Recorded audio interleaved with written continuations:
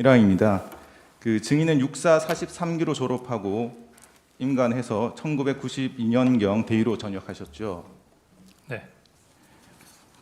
그리고 1992년경부터 국가안전기획부에서 근무하다가 2023년 11월 26일부터 2024년 12월 6일까지 국가정보원 제1차장으로 근무하셨죠. 예. 증인은 국정원에서 약 32년 동안 근무하셨죠. 그 부분에 대해서는 제가 2020년 12월에 일단 퇴직을 한번 해서 2021년 1월부터 2022년 7월 15일 재임용될 때까지 퇴직 기간이 있으니까 예. 약 30년 정도 약 근무했다고 하는 것이 30년 맞을 것 정도 같습니다. 근무하셨죠. 네, 이항입니다. 그 증인은 여인영이 방첩사령관으로 취임한 이후 방첩사와 국정원이 협업할 일이 있어서 업무적으로 알고 지내셨죠. 네. 여인영이 육사 48기였기 때문에 증인에게 선배님이라고 불렀죠. 네. 그 증인은 김선호 국방부 차관과 육사 43기 동기시죠. 그렇습니다. 그 증인은 2024년 12월 6일 국회 정보위원회 위원장 면담과 2024년 12월 11일 검찰 조사 그리고 2025년 1월 22일 국회 국정조사에서 모두 사실대로 진술하셨습니까? 네. 그 추가 사안 여쭤보겠습니다. 증인은 2024년 12월 11일자 검찰 진술조서에 증인이 진술한 대로 기재되어 있는지 확인하신 후 서명 날인하셨죠. 그렇습니다. 5항입니다. 그 비아폰은 통화와 문자만 할 수 있는 휴대전화로 비아폰에 입력된 전화번호끼리만 연락이 가능한 휴대전화이죠. 그렇게 알고 있습니다. 그 피청구인으로부터 전화가 걸려오면 대통령님으로 표시가 되죠. 네.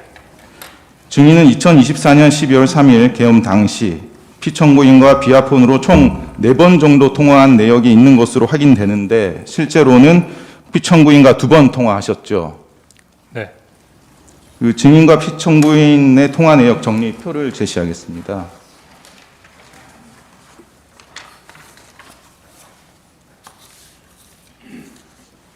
그 증인과 피청구인의 통화 내역을 정리하면 이 표의 내용이 맞죠? 네. 다음입니다. 증인은 2024년 12월 3일 오후 저녁 8시경에 피청구인으로부터 비아폰으로 걸려온 전화를 받지 못하셨죠. 네. 그 보좌관으로부터 피청구인이 비아폰으로 전화했다는 연락을 받고 그 12월 3일 오후 8시 22분경에 피청구인에게 다시 전화를 거셨죠. 네. 피청구인은 증인에게 별일 없냐라고 말하면서 한두 시간 후에 중요하게 할 이야기가 있으니 전화기를 잘 듣고 대기하고 있으라고 지시하였죠. 네. 증인은 곧바로 증인의 집무실로 복귀하셨죠. 네. 그 12월 3일 오후 10시 23분경에 피청구인의 비상계엄 발표가 있었죠. 네. 증인은 이때 비상계엄 사실을 처음 아셨던 건가요? 네. 증인은 상황을 파악하기 위해서 김선호 국방부 차관에게 전화를 거셨죠. 네. 그 어떤 대화를 나누셨습니까?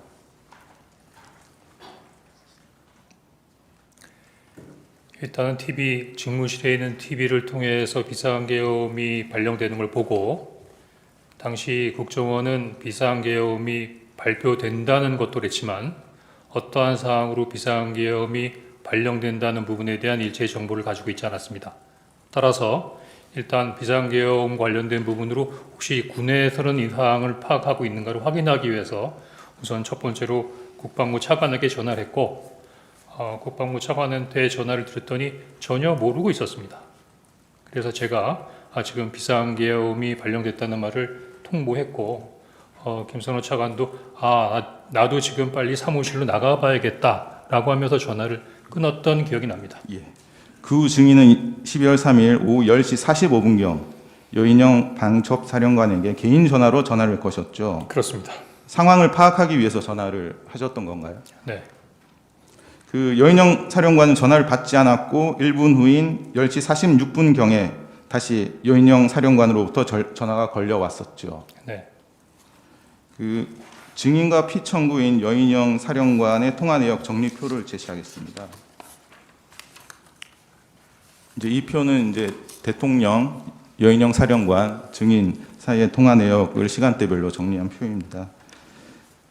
그 증인이 비상계엄 당시 피청구인 여인영과 통화한 내역을 정리하면 이 표의 내용이 맞죠. 그렇습니다.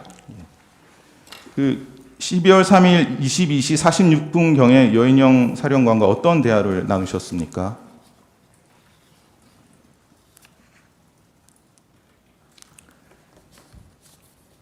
(12시 46분이라고) 하면 국방차관과 통화한 다음에 전화를 말씀하시는 거죠? 예, 그렇습니다. 계엄령 발표 이후에. 국방차관한테 얘기할 때와 똑같이 어떤 상황인가를 물었습니다. 그런데 당시 그 연영 사령관은 어떤 상황이냐고 물어보는 저의 질문에 대해서 저희도 몰랐습니다. 그냥 위에서 시키는 대로 하는 겁니다. 라고 답변을 했고 뭐 상당히 바쁘게 돌아가서 그런지 추가적인 부분으로 대화하려는 어떤 느낌이 없어서 방첩사까지도 이 상황을 모르고 있었나? 라는 궁금증을 좀 가진 상태에서 전화를 끊었습니다. 예.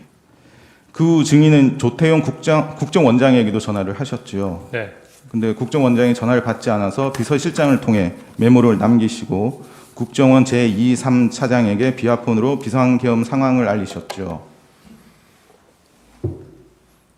당시에 국정원장께서 비상계엄과 관련된 국무회에 가셨던 부분을 그 다음날 아침까지도 모르고 있었기 때문에 이 중요한 사항을 보고 드리기 위해서 원장님과 통화 또는 연락을 하려고 했었는데 그날 저녁에 잘 안 됐었습니다. 그래서 증인은 국정원장을 만나기 위해서 국정원장 공관으로 이동하셨죠. 당시 약간의 버그가 있었는데 보좌관들이 아마 원장님께서 관저에 계시는 것 같습니다라고 하는 잘못된 보고를 받고 아마 주무시고 계셔서 밑에 있는 직원들이 깨워드리지 못하는 건가라는 생각이 듣기도 해서 제가 직접 그 국정원 경내에 있는 원장님 관저로 직접 보고하러 내려갔었습니다. 그리고 그 직후에 그 피청구인이 12월 3일 오후 10시, 밤 10시 53분경에 증인에게 전화를 걸었죠. 그렇습니다. 그래서 봤지, 비상계엄 발표하는 거 이번 기회에 싹 다 잡아들여, 싹 다 정리해. 국정원에도 대공수사권을 줄 테니까 우선 방첩사를 도와 지원해. 자금이면 자원, 인력이면 인력, 무조건 도와. 라는 취지로 말하였죠. 그렇게 기억합니다. 증인은 검찰 조사에서 당시 피청구인이 뭔가 흥분해서 자랑하듯이 이 얘기를 했다고 진술을 하셨죠. 다소 주관적인 얘기인 부분인 것 같은데 적절치 못했던 것 같습니다. 이렇게 진술하신 적은 있으시죠? 그렇습니다. 그 증인은 싹 다 잡아들여를 어떤 의미로 이해하셨습니까? 말뜻 그대로 이해했습니다. 그 누구를 잡아들이라는 취지로 이해를 하셨습니까? 당시의 통화 내용으로 보면 그런 말씀을 하시면서도 구체적으로 대상자, 즉 목적어를 규정하지 않으셨기 때문에 당시로서는 뭔가 잡아야 된다는 생각은 들었었는데 누구를 잡아야 된다라고 하는 부분까지는 저한테 전달받지 못했습니다. 이 증인은 12월 3일 22시 58분경에 피청구인의 지시 내용을 구체적으로 확인하기 위해서 여인영 사령관에게 전화를 거셨죠. 방금 그 변호인께서 물어보신 대로 뭔가 지시를 하셨는데 목적어가 없었습니다.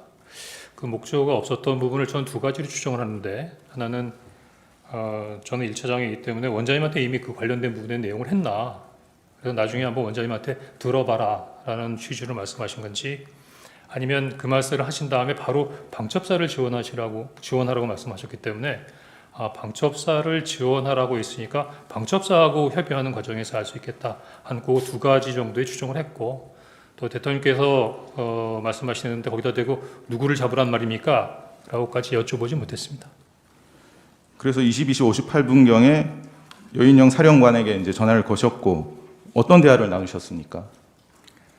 아마 전화가 두 번으로 나눠질 겁니다.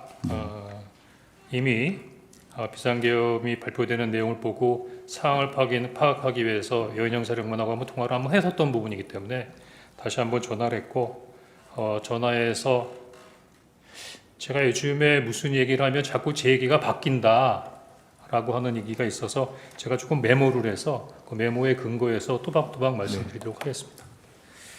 그래서 이제 제일 먼저 어떻게 된 거야? 라고 제가 얘기했던 것 같고 여전히 그 연영사령관은 저의 그 어떤 질문에 대해서 답변하지 않거나 회피하는 부분에 있었던 태도를 취했습니다. 그래서 제가 부위에게 전화 받았어.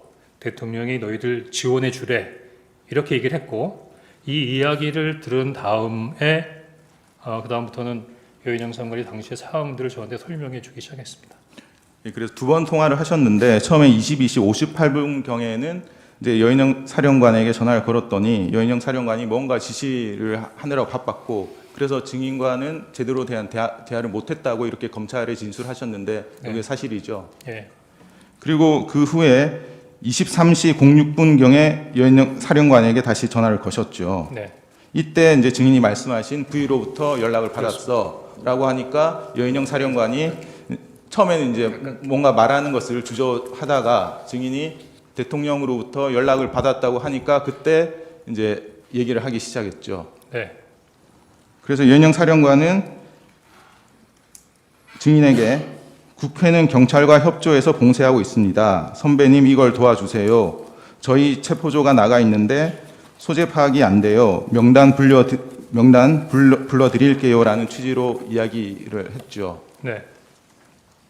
여인영이 사용한 정확한 워딩이 체포조 맞습니까? 네. 그 증인은 여인영 사령관이 불러주는 명단을 받아 적으셨나요? 예. 받아 적었습니다. 그 체포 명단이 적힌 메모를 제시하겠습니다.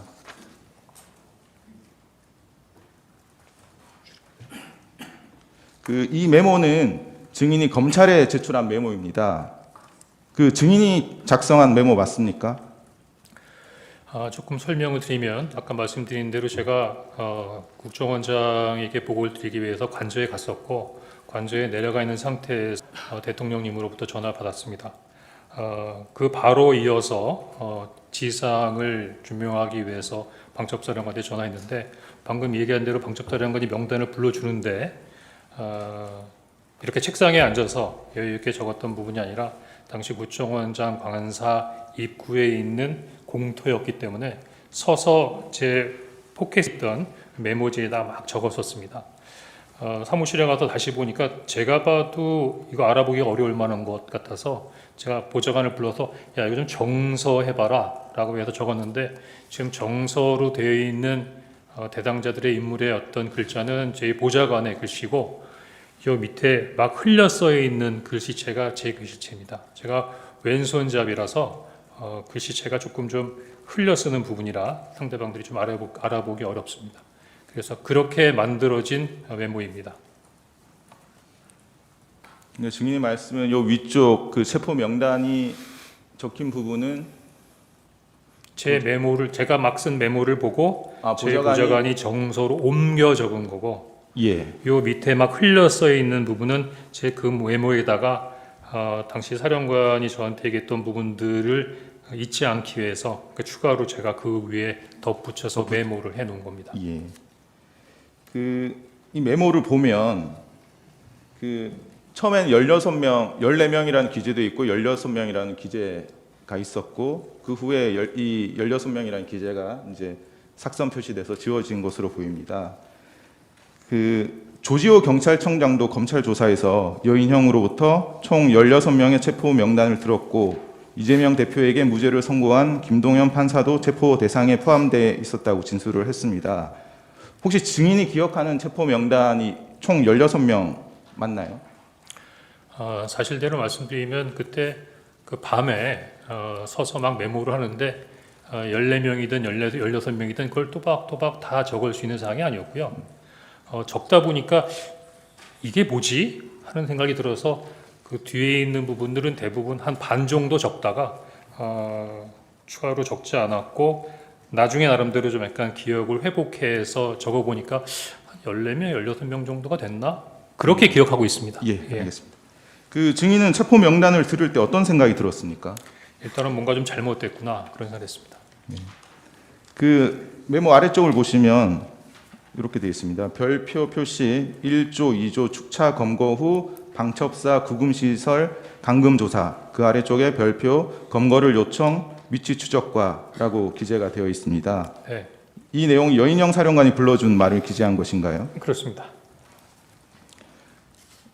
그 여인영은 1조, 2조가 축차 검거 후에 방첩사 구금 시설에서 감금 조사할 예정입니다. 지금 제일 급한 게 검거를 위한 위치 추적인데 위치 추적을 부탁드립니다라는 취지로 말을 했던 겁니까? 그렇게 이해했습니다.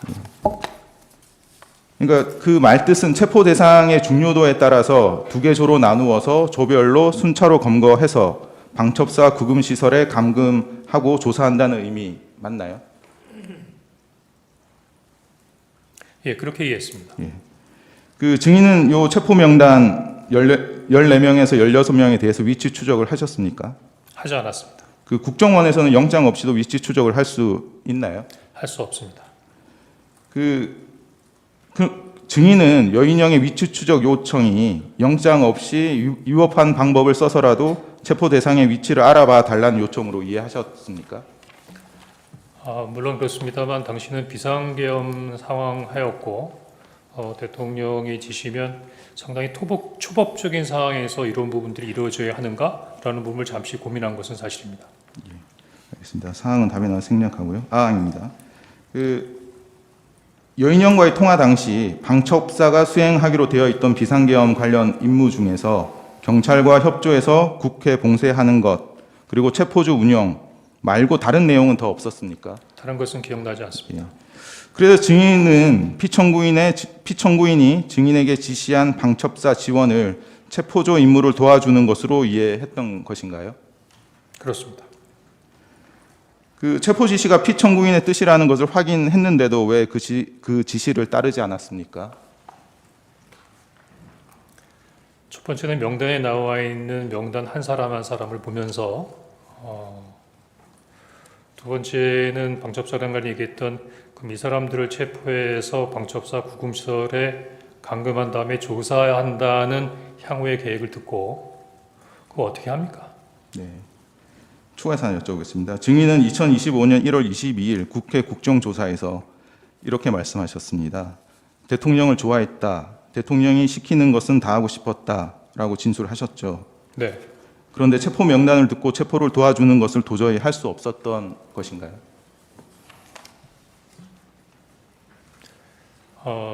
조금 부연해서 설명을 하면 제가 대통령께서 딱 잡아드리라는 지시를 받고 누군가 잡는구나.